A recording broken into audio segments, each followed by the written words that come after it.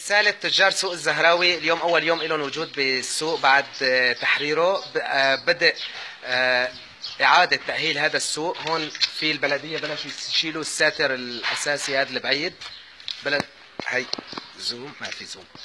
الساتر هذا رح ينشال، خزانات رح ينشالوا بالبوكات. رسالة عمي حاج يوسف حردان، نحن البلد زعيم بلدنا، تجار سوق الزهراوي. بلدنا واجبنا نعمره، وواجب كل انسان وكل مواطن شريف وخاصه البقيين بهالبلد يساهموا بعمار البلد. بس نحن بنناشد مسؤولين باسمي وباسم كل اهل السوق وباسم اهل كل تجار سوريا وحلب خاصه، يعني بنناشد المسؤولين المحافظه على الامن مساعدتنا بتامين الحمايه للي بدنا نجدده. لانه انا اليوم بنكون صريحين، قال له مثلا ركبت درابيه، اذا تمت مركبه غيري بركب، ما تمت مركبه ما حد بركب غيرنا.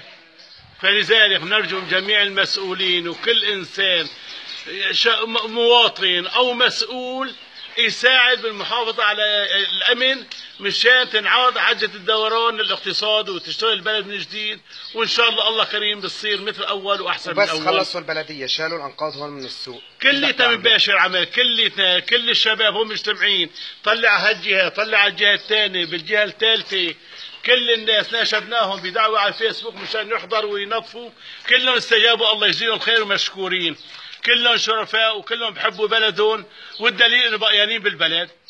بس بدنا مساعد، كل انسان بيطلع بايده يساعد باعاده اعمار هالبلد يساعدنا ولو كلمه حسب قدرته. حسوا يغتسلوا الجره، قال له اغتسل خوابي انطاريه.